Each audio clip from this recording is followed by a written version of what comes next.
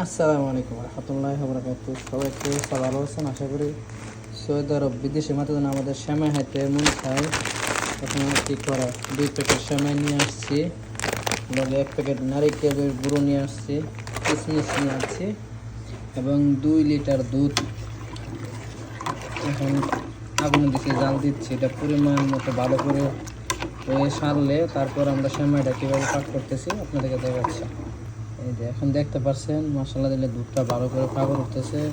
এটাকে আরও লাল করে কমিয়ে নেব, লাল করব। তারপর পরিমাণ অনুযায়ী চিনি দিব। চিনি দেওয়ার পরে কীভাবে দিচ্ছি দেখাচ্ছি। তারপর কয়েকটি এলাচি, তেজপাতা এবং দারচিনি পরিমাণ অনুযায়ী দিয়ে দিলাম, যাতে করে ভালো ঠিক রান আসে। ভালো করে জাল দিয়ে নেব। দেওয়ার পরে আসসালামু আলাইকুম রহমতুল্লাহ। তারপরে গায়াস দুধটা ভালো করে দেওয়ার পরে সেমাইটা দিয়ে দিলাম। সেমাইটা দেওয়ার পরে নারকেলটা দিয়ে দিলাম। দেখতে পাচ্ছেন সুন্দর আমাদের সেমাইটা হয়ে গেছে। একটু 5-10 মিনিট আমরা একটা ঢাকনা দিয়ে রেখে দেব, তারপর দেখে যাবো এটা ফুলে যাবে। মাশাআল্লাহ মাশাআল্লাহ, আজমা কাবির কুলনহর মজুদ, দতকলা সতকলা মণিপুর সব মজুদ।